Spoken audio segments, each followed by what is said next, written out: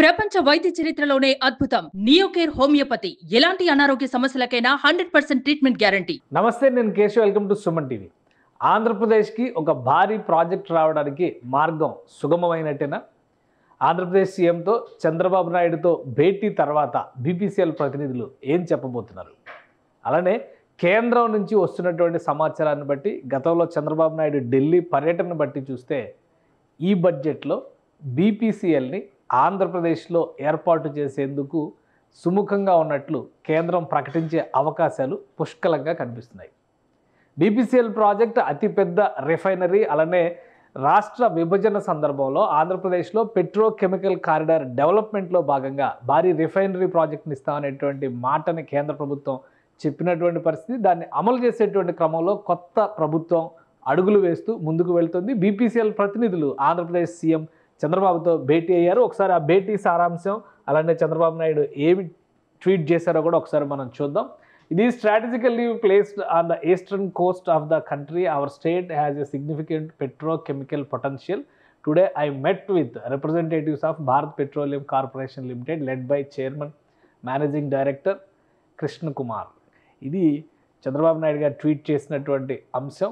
బీపీసీఎల్కి సంబంధించినటువంటి అనేక ముఖ్యమైనటువంటి అంశాలకి సంబంధించినటువంటి వివరాలని ఆయన ఇచ్చారు. చాలా సింపుల్గా ఒక ట్వీట్ ద్వారా వివరించేటువంటి ప్రయత్నం చేశారు.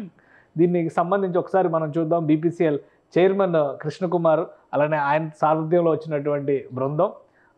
ఇంకోవైపు చూస్తే కనుక మచిలీపట్నం ఎంపీ, అలానే ఏపీ భారీ పరిశ్రమల శాఖ మంత్రి టీజీ భరత్, వీరి ఆధ్వర్యంలో చర్చలు జరిగినాయి. ఈ చర్చల సారాంశాన్ని చంద్రబాబు నాయుడు వివరించారు. నిజంగానే బీపీసీఎల్ ప్రాజెక్ట్ వస్తే ఆంధ్రప్రదేశ్కి అంతగా కలిసి వచ్చేటువంటి అంశాలు ఏ ఉండబోతున్నాయి, అసలు బీపీసీఎల్ ప్రాజెక్ట్ ప్రత్యేకత ఏంటి, ఒకసారి విశ్లేషించేటువంటి ప్రయత్నం చేద్దాం. దేశంలో రిఫైనరీలు అనేవి చాలా భారీ సంస్థలు, అలానే పెద్ద మొత్తంలో ఉపాధి మార్గాలను కల్పించేటువంటి వ్యవస్థలుగా మనం చూస్తాం. బీపీసీఎల్ సంస్థకి సంబంధించి దేశంలో 3 రిఫైనరీలు ప్రస్తుతం పనిచేస్తున్నాయి. ఆ 3 రిఫైనరీలు కూడా ఎక్కడెక్కడ ఉన్నాయో ఒకసారి చూద్దాం. ఇది దక్షిణ తీరంలో, అంటే పశ్చిమ తీరంలో, ముంబైలో పశ్చిమ తీరంలో బీపీసీఎల్కి సంబంధించినటువంటి ఒక రిఫైనరీ ప్రస్తుతం నడుస్తుంది. ఫస్ట్ రిఫైనరీ అదే. అలానే దక్షిణ తీరంలో చూస్తే కొచ్చిలో, కేరళలో ఉన్నటువంటిది బీపీసీఎల్ ప్రాజెక్ట్. ఇంకోటి సెంట్రల్ ఇండియాలో మరొక బీపీసీఎల్ రిఫైనరీ ఉంది. అయితే ఈస్ట్ కోస్ట్, అంటే తూర్పు తీరంలో, భారతదేశానికి తూర్పు తీరంలో బీపీసీఎల్కి ఎలాంటి రిఫైనరీ కూడా లేదు.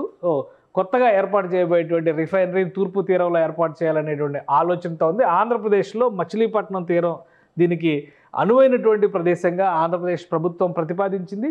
దీన్ని బీపీసీఎల్ ప్రతినిధులు సందర్శించారు. ఇవాళ ఉదయం నుంచే విజయవాడ చేరుకొని వారు దుర్గగుడి అమ్మవారిని దర్శించుకుని తర్వాత ఆంధ్రప్రదేశ్ సీఎం చంద్రబాబు నాయుడుతో భేటీకి వెళ్ళారు. అలానే బీపీసీఎల్కి సంబంధించి ఒకసారి మనం చెక్ చేద్దాం. ఎందుకంటే ఇది దేశంలోనే అతిపెద్ద రిఫైనరీలు, అలానే కేంద్ర ప్రభుత్వ ఆధ్వర్యంలో నడిచేటువంటి 3 పెద్ద రిఫైనరీల్లో ఒక సంస్థగా బీపీసీఎల్కి ప్రత్యేకమైనటువంటి స్థానం ఉంది. Indian oil corporation, Bharat petroleum limited, అలానే హిందుస్థాన్ పెట్రోలియం. సో ఈ 3 సంస్థలు కూడా మహారత్న సంస్థలుగా మన దేశంలో గుర్తింపు పొందినటువంటి సంస్థలు, ప్రభుత్వ రంగంలో నడిచేటువంటి సంస్థలు. భారీ పెట్టుబడులు ఇందులో పెట్టడానికి అవకాశం ఉంటుంది. అందుకనే చంద్రబాబు నాయుడు గత ఢిల్లీ పర్యటన సందర్భంలో భారత పెట్రోలియం శాఖ మంత్రితో దీనికి సంబంధించి సంప్రదింపులు జరిపారు. విభజన చట్టంలో ఇచ్చినటువంటి హామీల మేరకు బీపీసీఎల్ని ఆంధ్రప్రదేశ్కి కేటాయించాలి, దానికి తగ్గట్టుగా అనుకూలమైనటువంటి పారిశ్రామిక వసతులు, పారిశ్రామిక సౌకర్యాలు కల్పిస్తామనేటువంటి మాట కూడా ఏపీ సర్కార్ ఇచ్చింది. ఈ నేపథ్యంలో బీపీసీఎల్ ప్రతినిధి బృందం, అంటే సిఎండి కృష్ణకుమార్ ఆధ్వర్యంలో, అలానే డైరెక్టర్ ఫైనాన్స్ వెత్స రామకృష్ణ గుప్తా ఆధ్వర్యంలో ఈ బృందం వచ్చి చంద్రబాబు నాయుడుతో భేటీ అయింది. ఆ భేటీ సందర్భంగా పలు అంశాలు, ఎందుకంటే రాష్ట్రంలో ఈ ప్లాంట్ ఏర్పాటుకి సంబంధించి కనీసం 4,004 నుంచి 5,000 ఎకరాల వరకు భూములు అవసరమయ్యేటువంటి పరిస్థితి ఉంది. ప్రస్తుతం మచిలీపట్నం ప్రాంతంలో ఇవన్నీ కూడా ఇక్కడ పాయింట్స్ వైజ్గా చంద్రబాబు నాయుడు తన ట్వీట్లో వివరించారు. We explored the establishment of an oil refinery and petrochemical corridor in Andhra Pradesh with an investment of 60 to 70,000 crores. అంటే ఇప్పటివరకు మీడియాలో వస్తున్నటువంటి కథనాల కంటే కూడా ఈ అమౌంట్ చాలా పెద్ద మొత్తంలో కనిపిస్తుంది. 70,000 crores అనేది చాలా పెద్ద అమౌంట్గా మనం చూడాల్సి ఉంటుంది. అలానే ఆంధ్రప్రదేశ్ ఆర్థిక స్థితిగతుల్ని మార్చివేయబోయేటువంటి ప్రాజెక్ట్ ఇది కాబోతుంది. అందుకనే ఏపీ సర్కార్ అంత క్రియాశీలంగా అంత కీలకంగా ఈ అంశాన్ని తీసుకుంది. అలానే I sought to a detailed plan and feasibility report in 90 days, 3 నెలల్లో దీనికి సంబంధించినటువంటి డీటెయిల్ ప్లాన్ రిపోర్టు అడిగినట్టుగా చంద్రబాబు నాయుడు పేర్కొన్నారు. About 5,000 acres of land will be required for this project which the government looks forward to facilitating it A hassle free manner.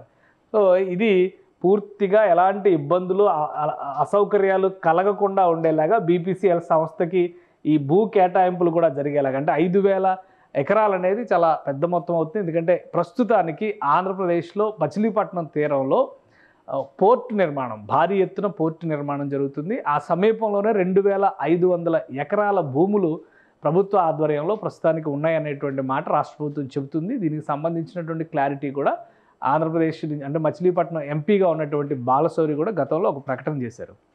So ఈ project వస్తే కనీసం 20 నుంచి 25,000 మందికి ఉద్యోగాలు రాబోతున్నాయి ఆంధ్రప్రదేశ్లో. ముఖ్యంగా కోస్టల్ తీరంలో, అంటే ఆ తీరంలో ఉండేటువంటి పరిస్థితిని మనం చూస్తే కనుక ఇక్కడ ఈ ప్రదేశంలో ఉండేటువంటి జిల్లాలు, ముఖ్యంగా కృష్ణా, గుంటూరు జిల్లాలకు సంబంధించి, అలానే పశ్చిమ గోదావరి జిల్లాకు సంబంధించి ఈ 3 జిల్లాల్లో కూడా విస్తృతంగా అవకాశాలు వస్తాయి, ఉపాధి అవకాశాలు వస్తాయి. దాని అనుబంధ పరిశ్రమలు అభివృద్ధి చెందడానికి కూడా మార్గం ఏర్పడుతున్నటువంటి ఆలోచనతో ఆంధ్రప్రదేశ్ ప్రభుత్వం ఉంది.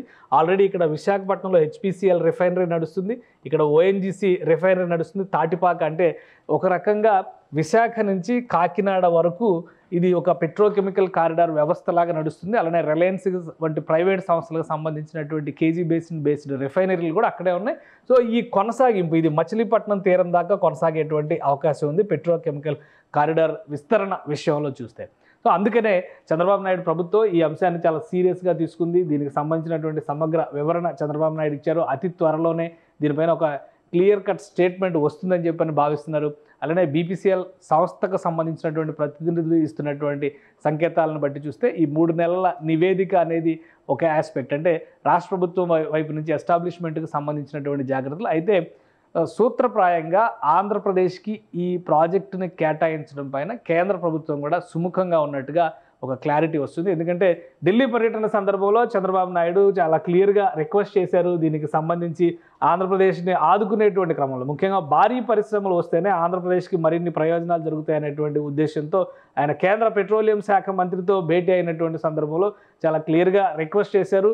భారీ పరిశ్రమలు ఆంధ్రప్రదేశ్కి వస్తే కనుక ఉపాధి మార్గాలు విస్తారం అవుతాయి. అదే క్రమంలో ఇక్కడ మనం పరిశీలించి చూస్తే కనుక విస్తరణ ద్వారా వివిధ అనుబంధ పరిశ్రమలు కూడా అభివృద్ధి చెందేటువంటి అవకాశం ఉంటుంది. హర్దీప్ సింగ్ పూరితో కలిసి జరిగినటువంటి మీటింగ్లోనే దీనిపైన ఒక క్లారిటీ ఇచ్చింది కేంద్ర ప్రభుత్వం అనేటువంటి సమాచారం ఉంది. సో ఇప్పుడు బీపీసీఎల్ ప్రతినిధుల పర్యటన తర్వాత ఈ నెల 22వ తేదీ నుంచి పార్లమెంట్ సమావేశాలు మొదలవుతున్నాయి.